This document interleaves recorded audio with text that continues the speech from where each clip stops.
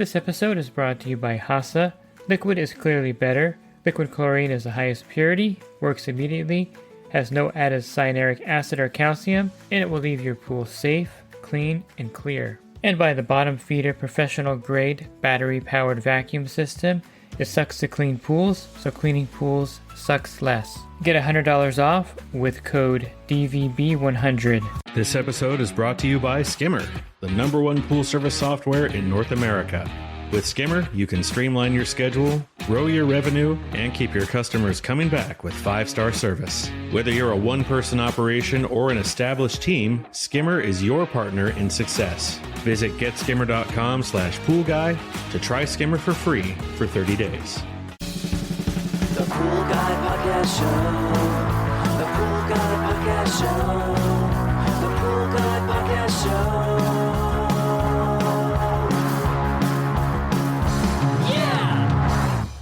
Hi, and welcome to the Pool Guy Podcast Show. In this episode, I'm going to go over when to test for what in the pool, which test factors to do weekly, monthly, and quarterly.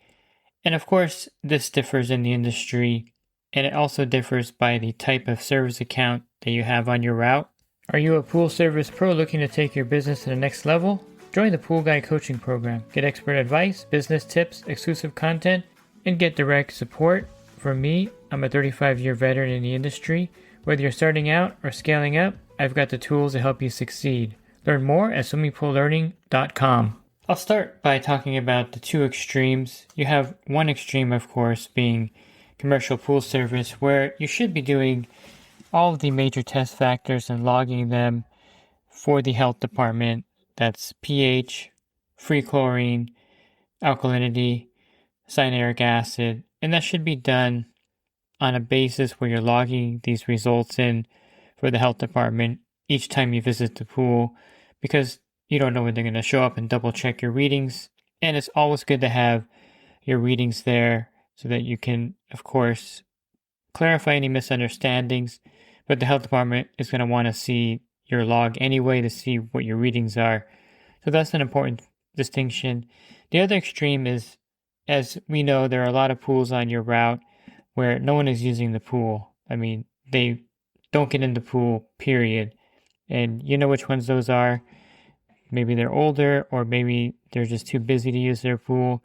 But there are a lot of pools that you will service where no one actually goes in the water, and the pool is just like one giant water feature in their backyard. You have a lot of leniency in those pools, but that doesn't mean that you shouldn't balance the water on those pools either. So these are like two extremes, and then everything else falls in the middle there. Now, quickly on testing methods, you can use a variety of different methods. I prefer the Taylor K2005 test kit over the K2006 because I don't really like the DPD powder as much as I like just the reagent for the free chlorine and the total chlorine in the pool. I find that much easier to refill and utilize. And besides that, it goes to 10 parts per million, which is plenty for my usage.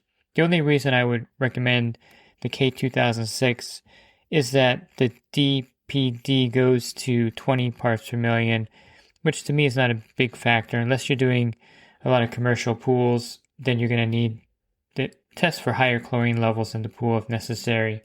But that's just your basic test kit for the pool route. It's really affordable. You can get the kit for under $100, and then the refills, reagent refills aren't that expensive. And it does all of the major test factors. Now you can go up one level and get a Color Q 2X Pro 9. I skipped the 2X Pro 7 because for service use, I think the 2X Pro 9 is much more versatile because it does copper and iron testing as well. And this is a photometer that does all the major parameters plus copper and iron. And then if you wanted to go to the next level, you would get the Lamont Spin Touch, where it does up to 10 test factors in 1 minute. And it does also factors that these kits won't normally do, like phosphate and salinity. So that may be something to invest in if you wanted to go all out. The caution with this is that it is a $1,000 tester, and then each disc ranges, depending on where you get them, anywhere from $2.50 to $3 per usage. So just be aware that it's not the most inexpensive way of testing. There's an alternative one that I think you should have on your radar, and that's the Pool Lab 2.0. And this one also does all these test factors, plus a lot of other parameters as well. But it doesn't do salinity, so just be aware of that factor. It's something you have to do outside of that. You should have a salinity meter TDS monitor. I usually like the combo because the salinity and TDS are kind of tied together in a way. Not necessarily because you're testing for salt pools with the salinity meter, but salt is a measurement of TDS. So you can easily get a TDS and salt meter together in one device. I like the Lamont Tracer. I think it's pretty durable and accurate, and that's my preferred TDS and salinity tester. And you're going to need that for some of these test factors that I mentioned here. So all these are secondary. You can use test strips, any of these other testers. Primarily is which test factors, that's what I'm talking about in this episode, should you be testing for each week. Now, I mentioned the pools that I was using, and sometimes getting a free chlorine reading is just perfectly fine in those pools. And I was using the pool, and usually I keep those pools at a pretty good chlorine level, 5 parts per million, sometimes a little bit higher, so that there's no chance of algae forming. And you could tell pretty much if no one's using the pool, you're probably not going to have too much combined chlorine there. Logically speaking, a pool that's being used a lot is going to have some combined chlorine just by the fact that people use the pool, and that's kind of a byproduct of pool use, and then a total chlorine reading is necessary. The nice thing about the Cutler Q2X Pro 9 is that you can easily do a free chlorine, a combined chlorine, and a total chlorine reading, and it's very accurate. It prints out on the screen, or displays on the screen, I should say. It doesn't really print it, it just displays it on the screen. And it's a great way to get your total chlorine easy and accurately when you want to get that. Test strips are actually pretty good at this as well, because there's some seven-way test strips that will give you your total chlorine as well. So whatever method you use, and of course a Taylor, you can do that with the reagent tester and do a secondary test for the total chlorine in the pool. Why is total chlorine important? Well, that's just something that you should be testing for pools that are being used, especially commercial pools or pools on your route that have heavy usage, because that just tells you if there's combined chlorine, which you have to kind of treat and break and take care of, because if there is any combined chlorine, that means that the chlorine is not as effective, and you want the chlorine to be as effective as possible in the pools on your route. Then you're checking weekly. So I should have said that you're checking this factor every week when you get to the pool. And again, you have a little bit of leeway with pools that aren't being used for total chlorine, but the free chlorine is definitely something you're going to do at all the pools, and the total chlorine is what you're going to do at most of the pools on your route. And then you're going to do a pH test at the pool. And the reason why you check the pH is because within a week, that does move up and sometimes down, depending on the pool surface type. For example, if you had a vinyl or fiberglass pool, the pH can creep down to a level where it's irritating the bathers and maybe even damaging to the pool equipment. So keep an eye on the pH in those pools, specifically vinyl and fiberglass pools moving in a downward direction into corrosive territory. And then most other pools, plaster, pebble tip, quartz, the pH is rising that week, so you have to keep an eye on it. Now, you're not chasing the pH to get it to a perfect 7.4 every week, but you are keeping an eye on it so it doesn't get out of range, 8.2, 8.4. So you want to make sure that you're testing the pH and adjusting up or down based on whatever reading. You adjust it up with either 20 miltene borax or soda ash, and you adjust it down with muriatic acid or dry acid, whichever one you're using on your pool route. And those are the two key test factors that you want to do every week. Now, some will argue that alkalinity is a third test factor that you need to do weekly. I would say that since I'm an old school pool guy and I was trained that the alkalinity doesn't move too much in the water, which is true in most cases, you need to test that once a month. Now, you may disagree with me and do alkalinity every week. That's perfectly fine. But you'll notice that if you are doing the alkalinity every week, that it's not moving very much from week to week. In fact, maybe not even at all during the whole month, or just fractional up and down by 10 parts per million. And so that's why I don't really test for alkalinity every week at the pools unless you have a problem with really high alkalinity or really low alkalinity. Then you want to check it and try to adjust it one way or the other. And I'm not saying you can't test for alkalinity every week, and if you're using a test strip, you're going to get the alkalinity every week when you use the test strip. But in my opinion, it doesn't move that much. You can maybe do it every 2 weeks in that case if you wanted to check it that often. And if you have a commercial pool, you have to check it each time you're there, of course, for the test parameter. Then you have other factors that you don't check very often. I would say that cyanuric acid doesn't really move too much within a 1 to 2 month period. And back in the day, we used to check cyanuric acid quarterly. We check it at the beginning of the season, somewhere in April here. And then we check it again in the middle of the season to make sure everything was fine. If you're using trichlor tablets, you're going to see that the cyanuric acid level is rising in the pool. So, for example, if you check it in April and you're at, 50 parts per million, and you're using trichlor tablets as one of your sanitizers in the pool, May, June, by mid-June, check it again, or July, and I would guarantee that it's gone from 50 to maybe 80 or 90 parts per million in the pool. So cyanuric acid will rise using tablets, and if you're not using trichlor tablets, it's a good idea to check the cyanuric acid every month or two just to make sure that you're staying within level, especially for saltwater pools. You want to make sure that you're at anywhere from 60 to 80 parts per million all the time, and just check that and recharge it if necessary. But it's not something that I would consider you need to check weekly, and maybe monthly or every other month. I would check the cyanuric acid level in the pool just to keep an eye on it so it's not rising out of control if you're using trichlor tablets, and then it's not dropping or going down if you're not using anything with cyanuric acid in it. And by the way, just to let you know, trichlor tablets, about half their weight is cyanuric acid, and that's why the cyanuric acid level rises in the pool using trichlor tablets. Now, other parameters you need to check. Of course, if you have a saltwater pool, you want to do a salinity test. Again, April or May is ideal in my area of Southern California. It gives you an idea how much salt's in the water. Most salt systems are going to come online late April, early May when the water temperature gets warm enough. And most salt systems need about 3,000 parts per million of salt in the water to.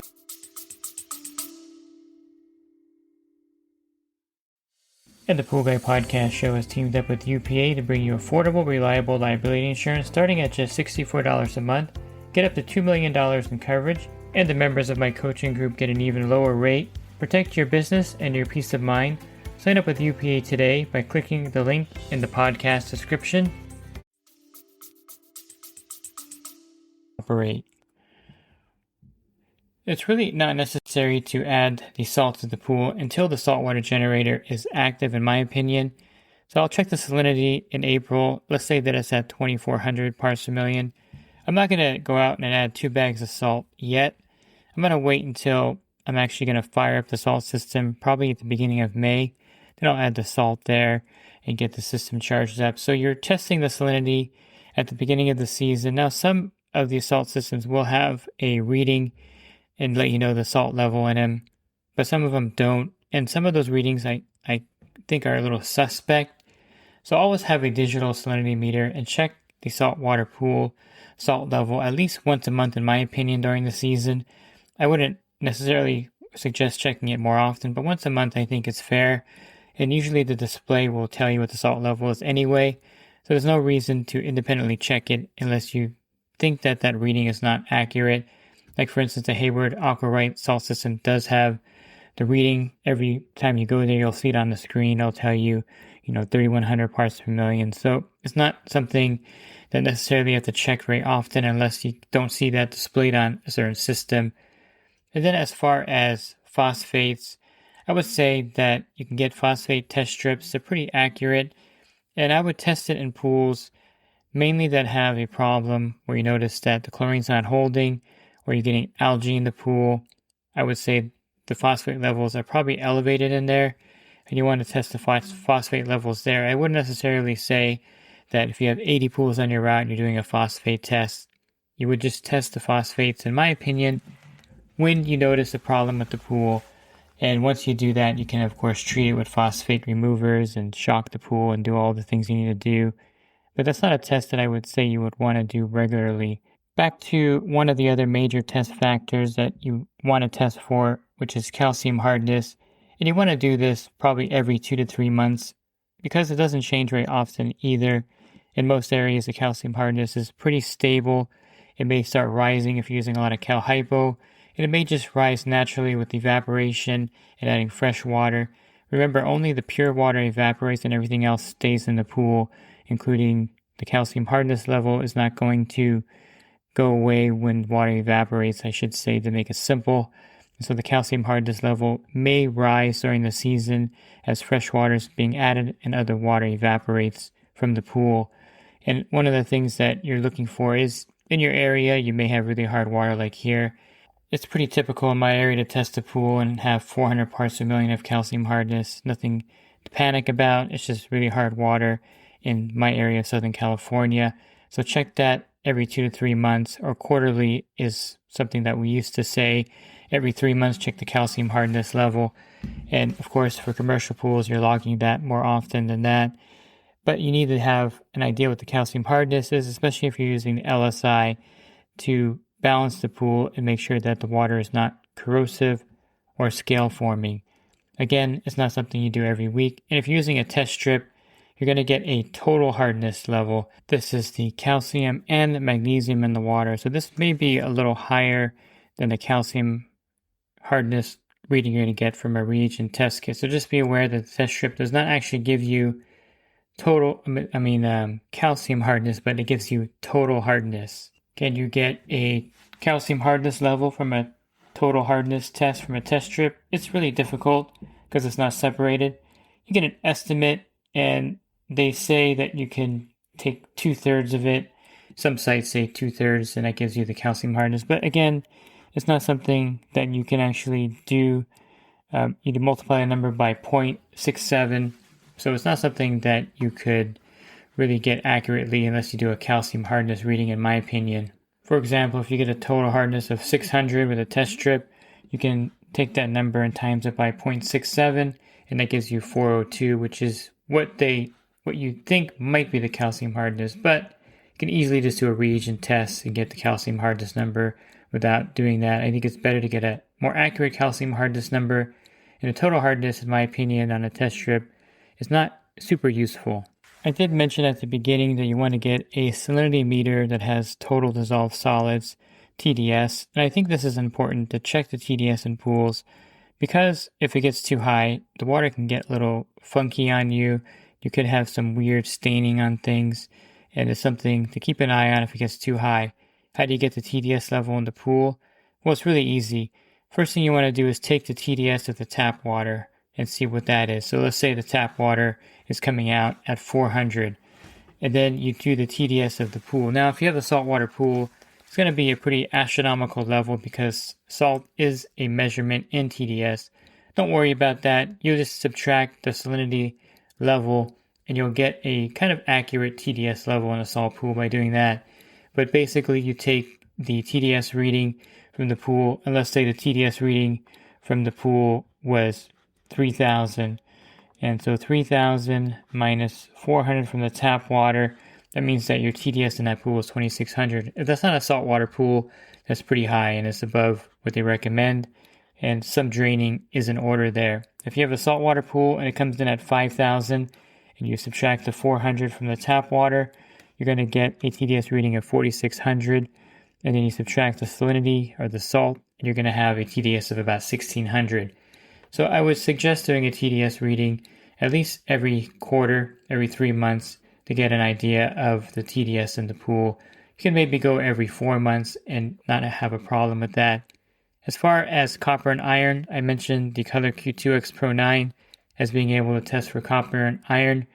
This is one of those things where it's at your discretion of which pools to test for. Now, if you're using any kind of mineral system, like a Pool RX or Blu-ray XL, you're not going to get an accurate copper reading because the copper in there is chelated and it's going to be fluctuating. You're going to get a high reading or a low reading.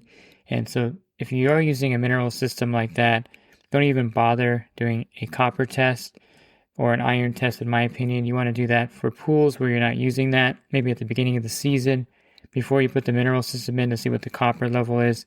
If you have a pool where the chlorine's just not holding and you're having so much trouble with it, I would suggest doing an iron test because iron is known to take the chlorine out of the pool, or the pool will zero out a lot with a high iron level in the pool. And if there's any metal staining, of course, do a copper and iron test to see if the levels of metals are elevated in that particular pool. One last test I recommend doing is a nitrate test. And this is if you have a pool, again, struggling to hold chlorine, you put chlorine in there, it's zeroing out every week, you're kind of scratching your head, you've done a phosphate test, it's really not that elevated. A nitrate test will show you if there's nitrates in the water. And that's pretty much the kiss of death for that pool because you just have to drain it, refill it to get the nitrates out of there properly. Not super common, but areas where you're in a rural area, nitrates may get into the pool and it's something to keep an eye on. So basically, it's at your discretion. I think, of course, free chlorine, total chlorine, alkalinity are important. Weekly alkalinity, maybe every 2 weeks or every month. Quarterly would be your calcium hardness, salinity, your cyanuric acid, or maybe every 2 months on that. And then the other tests are done when there's a problem. I think that's when you want to do those other tests, like the phosphate, copper, and iron test, and nitrate test. If you're looking for other podcasts, you can find those by subscribing to my YouTube channel Monday through Friday. That'll give you a new podcast there. I put one every week there. And if you're interested in more podcasts, go to my website, swimmingpoollearning.com. On the banner, click on the podcast icon. There'll be a drop-down menu with over 1,700 podcasts there. And if you're interested in the coaching program that I offer, you can learn more at poolguycoaching.com. Thanks for listening to this podcast. Have a great rest of your week. God bless. This episode is brought to you by HASA, providing products that deliver clean, healthy water for every aspect of everyday life. The bottom feeder battery-powered vacuum system, portable, powerful, and only weighs 12 pounds. And Skimmer. Get Skimmer, America's #1 pool service software. Podcast listeners can try Skimmer for free at getskimmer.com/poolguy.